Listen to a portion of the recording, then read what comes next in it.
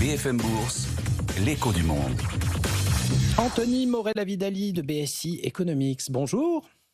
Bonjour Antoine. Merci d'être là avec nous en direct pour commenter les derniers chiffres économiques qui sont parus. Il y a beaucoup de statistiques ce matin du côté de la France, un petit peu du côté américain cet après-midi, notamment les prix et la production qui étaient quand même très attendus. Qu'est-ce que vous retenez de tout cela ?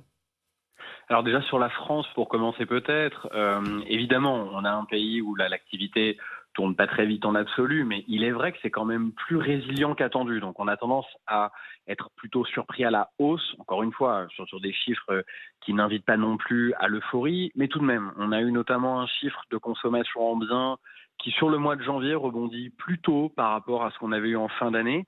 Un chiffre assez peu commenté, qui est la production des services, qui est quand même très importante, puisqu'on sait qu'on est un pays où le PIB est majoritairement déterminé par les services marchands qui ont fortement rebondi en décembre. Donc là, ça nous donne un acquis plutôt favorable. Et quand on regarde les comptes nationaux avec les résultats détaillés qui ont été publiés par l'INSEE, on se rend compte, alors d'une part, que le chiffre de croissance de 0,2% au quatrième trimestre a été confirmé.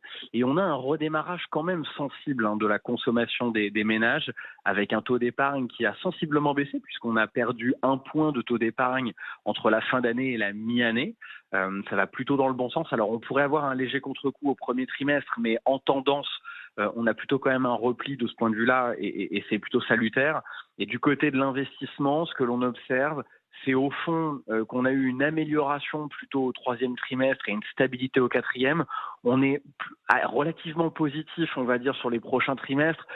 C'est pas non plus l'euphorie, encore une fois, on attend un rebond qui est somme toute limité, mais une économie française qui, en dépit de tout ce que l'on peut dire de ces incertitudes politiques domestiques et du contexte international, qui au fond résiste plutôt. Et du côté américain, bien sûr, les prix à la production qui ont plutôt surpris à la hausse.